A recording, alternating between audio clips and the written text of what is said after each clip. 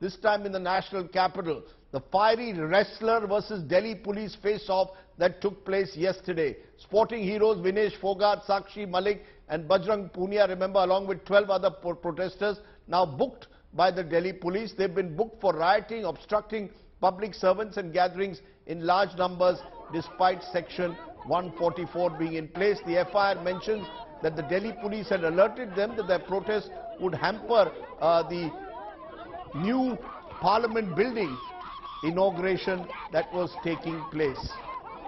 Let's listen in therefore and move on and find out, was the police justified or was it heavy-handed? Listen in. So was the Delhi police justified in its crackdown on the women wrestlers who were protesting? Joining me now is Neeraj Kumar, former commissioner of Delhi, and I'm also joined by Anjali Bhardwaj, social activist, who was part of the group that was backing the wrestlers in their protest. Appreciate both of you joining us. Neeraj Kumar, purely from the optics, when we saw those images of those wrestlers being dragged away from the protest site as they were attempting to move towards Parliament, could it have been handled better? Would you concede that all of this could have been avoided?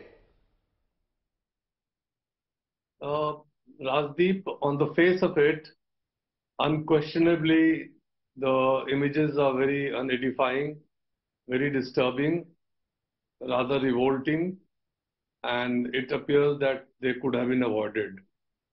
But I guess if we see the images of what preceded this incident and what has been happening in the past, and look at the bigger picture, perhaps the action taken by the police was inevitable.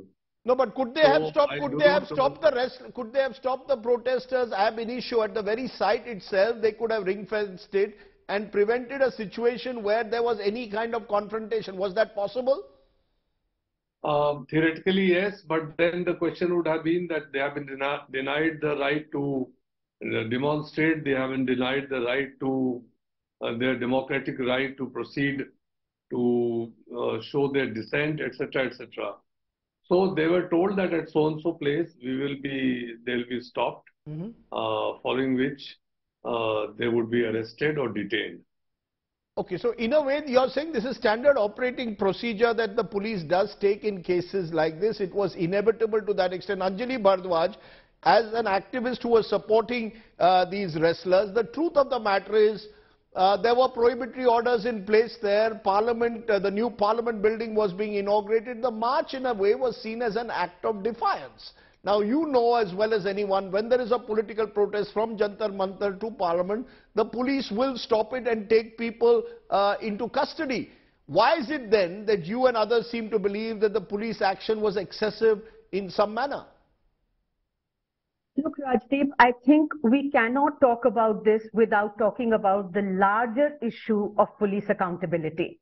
We are talking about a situation where there are women.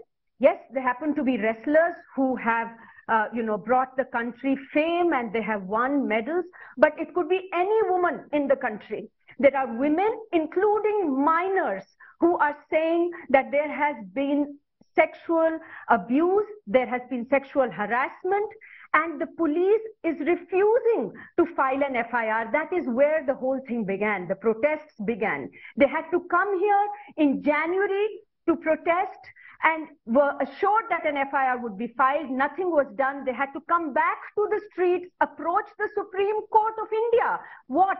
To just get an FIR filed in such a grave offense where there is an accusation. Now, I think that first we need to understand that what has been the police's whole action and the context in which all of this is happening. So no, because the FIR, with due regard, the FIR has now been filed and investigation is on. The FIR has been filed. The investigation is on. The police say, let the law take its own course. You can't demand the arrest. The FIR was filed not by the law taking its own course as it should have in a civilized democracy. They had to come out to the streets, they had to approach the Supreme Court to have the FIR filed. Now that the FIR has been filed, their basic minimum demand is of holding proper inquiries, of holding an investigation, and where if in the normal course of things with a law like a POCSO Act, which we have, where a minor is involved and there is an accusation of sexual abuse of a minor, in that sort of a situation, should charge sheets not have been filed? Should there not have been an arrest of the accused?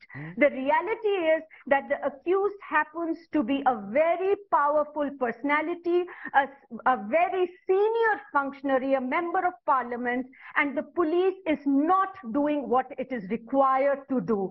Just look at the alacrity with which the police has filed FIRs yesterday against the wrestlers, and compare it to the action that the police took against Brij Bhushan. So I think what A, we need to understand is the context.